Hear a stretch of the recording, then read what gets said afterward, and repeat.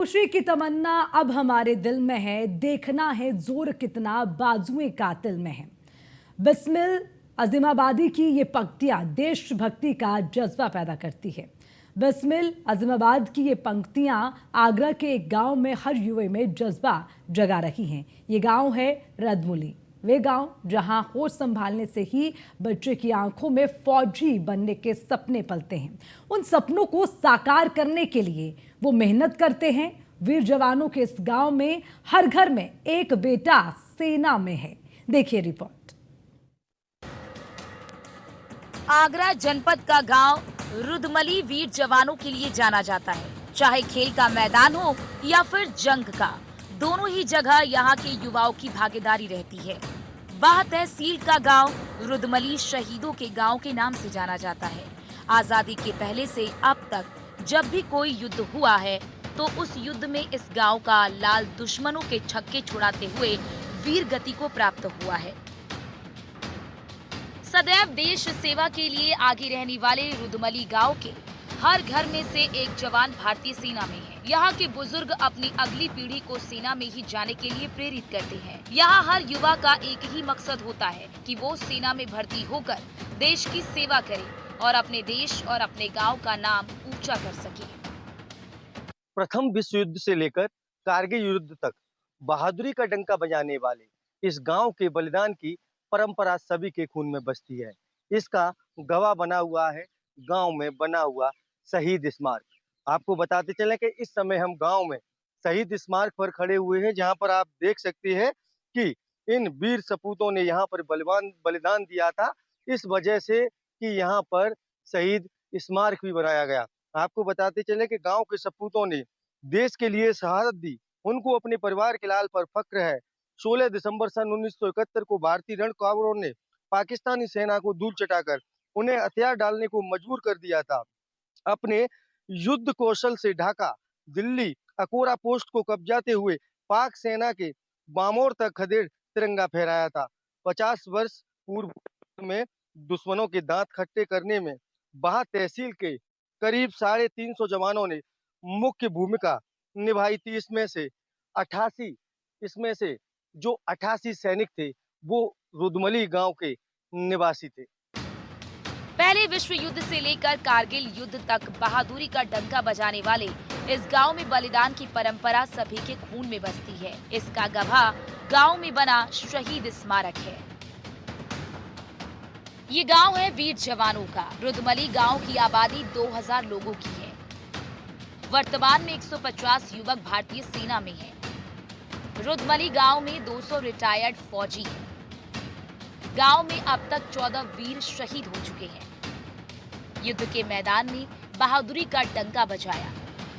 पहले विश्व युद्ध में दुश्मनों को धूल चटाई थी। 82 रणबांकुरों ने दुश्मनों को धूल चटाई थी। युद्ध के दौरान गांव के 6 लाल शहीद हुए। दूसरे विश्व युद्ध में गांव के 90 जवान गए। युद्ध के दौरान गांव के 4 जवान शहीद हुए। 1947-48 के कश्मीर युद्ध में 52 सैनिक शामिल हुए थे। तब कैप्टन जगवीर सिंह ने अपनी कुर्बानी दी थी। 1962 की चीन युद्ध में रघुवीर सिंह शहीद हुए। 1965 के युद्ध में कैप्टन बृजराज सिंह शहीद हुए। 1971 के युद्ध में जसकरण सिंह शहीद हुए। गांव के हर घर में से भारतीय सेना में जवान मौजूद हैं। गांव के कुछ लोग रिटायर हो गए हैं और अब वो गांव में रहकर अपनी आने वाली पीढ़ी को देशभक्ति का पाठ पढ़ाते हुए सेना में जाने के लिए ट्रेनिंग देते हैं। गांव के हर माता पिता चाहते हैं कि उनका बेटा सिर्फ देशभक्ति के लिए सेना में भर्ती हो और देश की सेवा करे। ऐसा ना है, हमारे गांव में घर घर में फौजी है। पहली बात तो ठीक है। और जो रिटायरमेंट फौजी हैं, जो नए नए युवा हैं जो तैयारी कर रहे हैं, उनको तैयारी करवाते हैं, ट्रेनिंग देते हैं। हाँ, ट्रेनिंग देते हैं, बहुत कुछ सिखाते हैं। लेकिन वहाँ पे कोई ऐसी व्यवस्था नहीं है, कोई स्टेडियम वगैरह हो, कोई ऐसी सुविधा हो कि क्या कहते हैं वहाँ पे एक ही उसमें ट्रेनिंग करते रहें। सड़कें हैं लेकिन सड़कों पे इतना कहाँ कुछ हो पाता है। बिल्कुल खतरा भी रहता हाँ, खतरा बहुत सारा रहता है। है। तो सरकार से आपकी मांग है बिल्कुल है, सरकार से काफ़ी कि गांव में स्टेडियम बनाया जाए। इतिहास बहुत पुराना है। प्रथम विश्व युद्ध में 7 लोग शहीद हुए, द्वितीय विश्व युद्ध में 6 लोग शहीद हुए और सन 68 में वो 48 में शहीद हुए और 71 में शहीद हुए, 65 में शहीद हुए। हर युद्ध में शहादत दी है रुदमुली गांव के जवानों ने और इसी वजह से रुदमुली गांव एक शहीदों के गांव से नाम से प्रसिद्ध हुआ है और उसकी याद के लिए गांव के लोगों ने, कोई सरकार से नहीं मिली मदद, गांव के लोगों ने शहीद स्मारक भी बनवाया है। हर घर में फौजी हैं। जो फौजी रिटायर होकर आ रहे हैं वो ट्रेनिंग दे रहे हैं, गांव में रह रहे हैं। जो आगरा भी रह रहे हैं वो भी आ जाते हैं और ट्रेनिंग देते हैं गांव में, बच्चों को उत्साहित कर रहे हैं, आर्मी में भेज रहे हैं।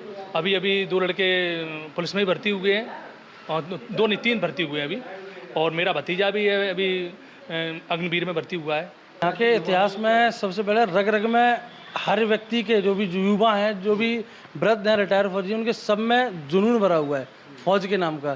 जो भी हमारे गांव के रिटायर फौजी हैं वो सभी गांव में हैं और बच्चों को प्रेरित करते हैं। रोज़ सुबह दौड़ लगवाते हैं, एक्सरसाइज करवाते हैं और फौज में भर्ती होने के लिए एकदम उत्साह भरते हैं। और काफ़ी फौजी की तैयारी भी चल रही है। हमारे रिटायर फौजी काफ़ी शहीद हुए हैं और काफ़ी युद्धों में उन्होंने भाग लिया है। 71 में लिया है, जो भी युद्ध हुए हैं, और अभी जो हुआ है उसमें भी हमारे युवाओं ने भाग लिया है, गांव के जो भी फौजी हैं अभी। और हमारे गांव में ज़्यादातर गांव फौजी नाम से ही जाना जाता है। रुदमुली को फौजियों का गांव, काफ़ी जुनून भरा हुआ है गांव में। रुदमुली गांव के निवासी ब्रिगेडियर रणवीर सिंह भदौरिया ने सन 1971 में युद्ध के दौरान पाकिस्तान के सैनिकों के दांत खट्टे कर दिए। पाकिस्तान के सैनिकों को अपने हथियार छोड़कर भागने पर मजबूर कर दिया था। कश्मीर का आरएसपुरा सेक्टर देश के इस वीर जवान के नाम से जाना जाता है। ब्रिगेडियर रणवीर सिंह भी इसी रुदमुली गांव के ही रहने वाले हैं और उनकी हवेली आज भी है। रुदमुली गांव के निवासी ब्रिगेडियर रणवीर सिंह भदौरिया ने सन 1971 में युद्ध के दौरान पाकिस्तान के सैनिकों के दांत खट्टे कर दिए थे और उन्हें अपने हथियार छोड़कर भागने पर मजबूर कर दिया था। कश्मीर का आरएसएस पुरा सेक्टर देश के इस वीर जवान के नाम से आज भी जाना जाता है। ब्रिगेडियर रणवीर सिंह भी इसी रुदमुली गांव के रहने वाले थे और उनकी हवेली आज भी यहां पर मौजूद है। मैं आपको दिखाना चाहूंगा कि ब्रिगेडियर रणवीर जो थे उनकी यही रुदमुली गांव में हवेली है। हालांकि यह इस समय खंडर पड़ी हुई है क्योंकि यहाँ पर कोई नहीं रहता है। हालांकि उनके परिवारजन भी आज भी इस गांव में रहते हैं। तो कहीं ना कहीं रुदमुली गांव देश के वीर शहीदों के लिए भी जाना जाता है।